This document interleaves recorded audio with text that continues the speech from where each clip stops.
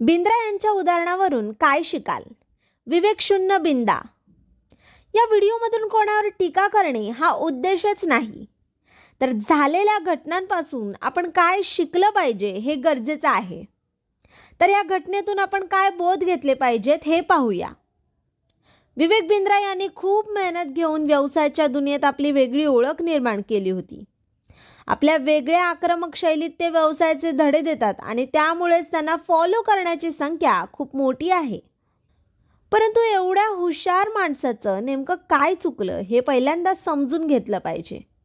पहिली चूक म्हणजे संदीप महेश्वरी यांच्या कार्यक्रमात कोर्सेस विकून सुरू असलेल्या स्कॅमबाबत चर्चा झाली होती.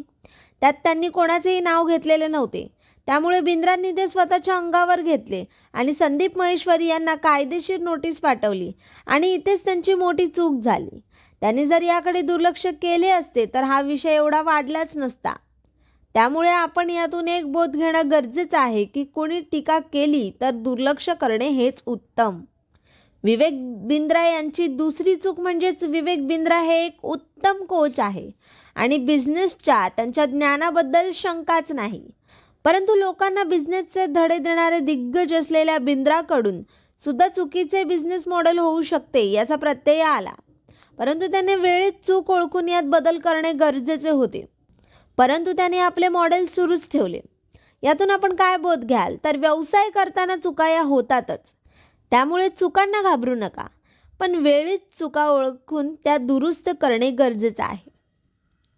बिंद्रा यांच्या उदाहरणामुळे आणखी एक गोष्ट प्रकर्षाने जाणवते की संकट आली की समूहामध्ये येतात. परंतु त्यानंतर बिंद्राच्या आयुष्यात एकामागून एक वादळ येऊ लागली होती.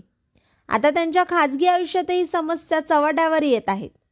त्यांनी आपल्या पत्नीला मारहाण केल्याचे व्हिडिओही व्हायरल होत आहेत आणि त्यांना आता अटकही होण्याची शक्यता निर्माण झाली आहे.